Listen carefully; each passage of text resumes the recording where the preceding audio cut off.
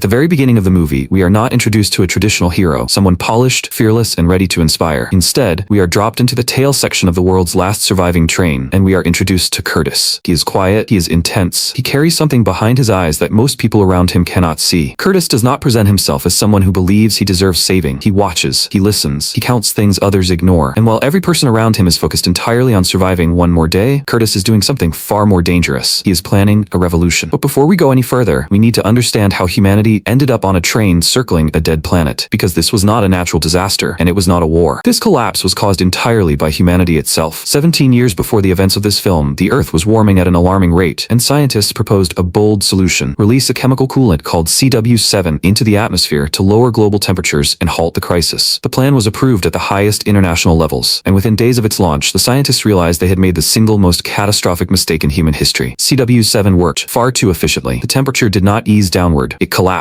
Ice consumed every continent within days. Oceans froze solid. Forests, cities, and plains vanished beneath ice so permanent that no living organism outside could survive. Every animal, every plant, every person who did not find shelter in time, gone. Humanity, in attempting to save the planet, had accidentally ended all life on it. But one man had considered this outcome in advance. His name was Wilford, an industrial visionary with extraordinary wealth and an extraordinary imagination, and he had spent years constructing something unprecedented: a train with a perpetual self-sustaining engine capable of circling the entire frozen globe continuously without ever stopping. When the freeze arrived, those with money and influence boarded Wilford's train in calm, organized fashion. But at the very last moment, just before the final doors sealed shut and the train pulled away from a dying world, hundreds of desperate, terrified, penniless people forced their way into the rear carriages. They were not invited. They were not expected. They were simply people who refused to accept death quietly. And for that single act of survival, they would spend the next 17 years being punished for it every single day. And from the very first scenes, the film does not hold back in showing us the crushing reality of life in the tail section. The space is cramped, suffocating, and packed so tightly that people sleep in stacked layers. They are given one food, a thick, dark, gelatinous protein block that smells like industrial residue. No one is told what is in it. No one is permitted to ask. Armed guards patrol constantly and use whatever force they choose without consequence. And periodically, without warning, soldiers arrive and select children from the tail, removed from their parents, and taken forward into the train. No one knows where these children go. No one who has asked has ever received an answer. We are introduced to Curtis as a man who has absorbed every layer of this for 17 years and arrived at a single, consuming conclusion: that it cannot continue. Standing close to him is Edgar, a younger man whose devotion to Curtis is total and unconditional. Edgar sees in Curtis the person he most wants to become, and that loyalty will matter deeply before this story ends. And there is also Gilliam, an old man, calm and deeply weathered, missing one arm and one leg. He is the most respected figure in the entire tail section, not because he demands it, but because he earned it through something that happened long ago. The details of how he lost those limbs will come later. When they do, everything you thought you understood about this world will rearrange itself completely. Curtis has developed a theory, one that is either the key to liberation or the fastest path to mass death. He believes the guards' guns have been empty for years. After 17 years inside a sealed, finite system, ammunition would have become impossibly scarce. Curtis thinks the soldiers are maintaining control purely through the performance of authority, pointing weapons that cannot fire at people too frightened to call their bluff. If he is right, the power balance of this train shifts in an instant. If he is wrong, the tail section is destroyed before a single door is opened. Then a delegation from the front arrives, and we are introduced to Mason, a theatrical, unsettling woman who speaks with the absolute certainty of someone who has never once questioned the world she inhabits. She lectures the tail passengers on order and hierarchy, how balance requires every element to remain in its designated place. The tail belongs at the back. The engine belongs at the front. This is not a matter of fairness, she explains. It is simply the nature of things. During this visit, a father named Andrew reaches his breaking point. When soldiers reach for his young son, one of the children selected for removal, Andrew throws himself at the guards, screaming. What the soldiers do to him in response is designed not just to punish him, but to be witnessed by everyone watching. They force his arm through a slot in the train wall, exposing it directly to the outside air. In seconds, the limb becomes rigid and solid. When they withdraw the frozen arm and shatter it with a hammer, the sound travels through the carriage like a gunshot. Andrew collapses. His son is still taken, and Curtis, watching every second without looking away, feels something inside him shift from a slow burn into absolute certainty. This is the moment the revolution stops being a theory and becomes a decision. Not long after this, something unexpected begins happening inside the tail. Tiny slips of paper are discovered hidden within the protein blocks, messages containing specific instructions that only someone with access to the front sections could possibly possess. Someone inside the system is deliberately reaching back toward the people at the bottom, passing intelligence at enormous personal risk. Curtis does not know who is behind this. He studies each message with extreme care, but the information is too precise to dismiss. The rebellion now has something it has never had before: a roadmap. When the moment finally comes, it comes without hesitation. Guards enter the tail section expecting routine compliance. What they walk into is a coordinated ambush: fists, pipes, broken metal. Curtis steps forward and places his life on the line. He challenges the guards face to face. Weapons are raised, triggers are pulled pulled, nothing happens. He was right. The guns are empty. 17 years of manufactured fear, dismantled in a single second. The tail section surges forward like a wave that has waited 2 decades to break. Mason is captured. The first locked doors are forced open. For the first time since the train departed, people from the back are moving toward the front. But Curtis quickly understands that momentum alone will not carry them through. Every section of the train is divided by security doors that require expert knowledge to bypass. There is only one person alive with that knowledge, Namgung Min-soo, the engineer who designed the train's entire security architecture, now imprisoned in a cell alongside his daughter Yona, a quietly intense young woman who seems to sense danger before anyone else can identify it. Namgung agrees to help in exchange for doses of crenol, an industrial substance he is deeply addicted to, at each door. Curtis does not trust the arrangement, but there is no alternative. Namgung becomes their key, and the group advances one locked door at a time. What waits behind each door is almost impossible to absorb after a lifetime in the tail. They find an aquarium car, living fish, clear filtered water, carefully maintained tanks, a greenhouse with real soil and plants growing under artificial light, a working kitchen producing fresh food every single day, a fully operational sushi restaurant. The tail passengers stare in silence, because this is not another world. This is the same train, just a few carriages ahead, existing the entire time. While they ate black protein blocks in darkness, the front passengers had all of this. The starvation at the back was not a side effect of limited resources. It was a deliberate policy, maintained because someone decided it should be. The group pushes forward until they enter a car filled with masked soldiers armed with axes. Not ordinary guards, but trained combatants positioned specifically for this scenario. Then the train enters a long, dark tunnel, and every light goes out. What follows in total darkness is one of the most harrowing sequences in the entire film. Nothing but the sound of impact, screaming, and metal striking bodies. When the train exits the tunnel and light returns, the scene is devastating. Many tail fighters are dead or incapacitated. The rebellion that seemed unstoppable just minutes ago now looks dangerously fragile. And then Curtis faces the moment that will define him more than anything before it. Edgar, young, trusting, completely devoted Edgar, is captured. Curtis has a fraction of a second. Save Edgar or hold Mason and keep the path forward open. He chooses the path. Edgar is killed. Curtis keeps moving, but something permanent breaks in him as he does. This rebellion is no longer just a mission. It is becoming a monument built from sacrifice. Moving deeper, the group enters a school car where children sit in neat rows while a cheerful teacher fills their minds with the doctrine of the system. Wilford is sacred. The engine is eternal. The people at the back are dangerous and deserve exactly where they are. The children repeat every word with smiling faces. Curtis watches and feels something beyond anger, something closer to grief, because these children are not enemies. They are the product of a system that understood from the very beginning that controlling minds was more efficient than controlling bodies. Further still, they break through into the luxury section. Cars pulsing with music and light, wealthy passengers dancing, drinking, and celebrating in complete ignorance of the war fought just carriages behind them. The suffering at the back has never been real to these people. It has never needed to be. Their comfort was always the entire point of the system. Throughout all of this, Namgung has been quietly watching the windows, studying the ice, tracking the frost patterns, calculating something no one else has thought to look for. During a rare quiet moment, he tells Curtis what he has concluded. The ice outside is changing. The temperature is shifting. The planet may already be warming. The outside world, which everyone on this train has accepted as a permanent death sentence, might actually be survivable. Curtis refuses to hear it. His focus is the engine. Whoever controls it controls everything. But Namgung does not want to control the train. He wants to leave it. This divide runs like a crack through their alliance, and it will matter enormously before the story ends. Before Curtis reaches the engine, he releases the confession he has been carrying for 17 years. In the darkest days, after the tail passengers boarded, there was no food and no order. People descended into something terrible. The strong did unspeakable things to the weak. Curtis was among them. He has carried that knowledge every single day since. It was Gilliam who broke the cycle, who offered pieces of his own body as sacrifice and rebuilt a shattered community through a single act of radical selflessness. Curtis has spent 17 years believing he owes a debt that cannot be repaid. He is not moving toward the engine because he thinks he is righteous. He is moving because somebody has to, and he is the one who owes it most. The engine door opens. Curtis walks through alone, and Wilford is waiting. He is not the screaming tyrant Curtis expected. Wilford is soft-spoken, composed, almost fatherly. He speaks to Curtis the way a man speaks to someone he has watched for years and genuinely admires. And then, calmly, he begins to dismantle everything. The rebellion was not a surprise. Wilford helped engineer it. The messages in the protein blocks were sent with his cooperation. The timing and casualties were calculated in advance. Because the train is a closed system with finite resources, and every few years the population must be reduced. A controlled rebellion achieves this efficiently. People die pursuing something they believe in, resources are freed, and the system resets. Curtis's entire revolution was a function of the machine. And Gilliam, the man who rebuilt the tail from ruin, the man every person back there loved and trusted, had known. He had agreed to it because he believed the train required its sacrifices to survive. Curtis cannot speak. Everything that gave his life meaning has just been explained away in a quiet conversation with a calm old man who was never afraid of him. Then, Wilford makes his offer. He is aging and needs a successor. Curtis has demonstrated everything the position requires: the strength, the willingness to sacrifice others for the larger goal, and the respect of the people he leads. He is offering Curtis the engine, the power, the future of the train, the world. For one terrible suspended moment, after everything he has lost, after everyone who died to get him here, Curtis Curtis stands at the center of the machine and considers it. But then Yona tears open a floor panel deep inside the engine room, and what she finds there destroys the last illusion holding any of this together. A small child, taken from the tail section, is crammed into the machinery itself, functioning as a living mechanical component in place of engine parts that failed over 17 years of continuous operation. Children were not taken for education. They were not taken for protection. They were fed directly into the machine that everyone on board believed was saving them. The eternal engine runs on the sacrifice of the smallest and most defenseless. Curtis does not take the engine. He does not become Wilford. He pulls the child free from the machinery with his bare hands. Namgung ignites all of the crenol he has been quietly collecting at every door, not as a drug, but as an explosive. He believed the outside was survivable, and he has staked everything he has left on being right. The explosion blows open the side of the train. An avalanche responds to the impact. The eternal, sacred, unstoppable train, the machine that has circled the frozen planet for 17 years, sustained by fear and hierarchy in the bodies of children, derails and crashes. The system that claimed to be saving humanity collapses all at once. Most of those remaining on board are killed. Two figures crawl out of the wreckage into white silence. Yona and the small child from the engine room, both breathing, both alive, both standing on actual Earth for the first time. They look out at a vast, still, seemingly empty world, and then they see it, moving through the white distance, very much alive. A polar bear. An apex predator cannot exist in a dead world. Life is still out here. The planet is not finished. The ice is melting. The train is gone. The hierarchy, the control, the carefully maintained misery, the engine that ran on children, all of it is gone. And two small figures standing in the cold, surrounded by open silence, represent something the system never could. A future that does not belong to a machine. Snowpiercer ends not with a victory speech, but with an open, haunting question. For 17 years, people were told that survival meant accepting the system, staying in their place, and never looking at what was outside the window. But the real world, slowly warming, slowly returning, imperfect and uncertain, had been out there the whole time. The only thing that kept anyone from reaching it was the belief that leaving was impossible. And maybe that, in the end, is the most important thing this story ever said. Now, if you watched this entire breakdown and you have not yet subscribed to this channel, I genuinely need you to sit with that for a moment. You followed Curtis through every door. You felt Edgar's death. You watched the child pulled from the engine. You made it all the way to Yona standing in the snow. And that subscribe button is still untouched? Come on, you know that is not who you are. Hit it right now. It takes 2 seconds, and it means you never miss another breakdown like this one. And drop a comment below. I want to know which moment hit you hardest. Was it the revelation that the rebellion was planned from the beginning? Was it the children inside the engine? Was it Curtis choosing the mission over Edgar? Let me know down there. I read every single comment. See you in the next one.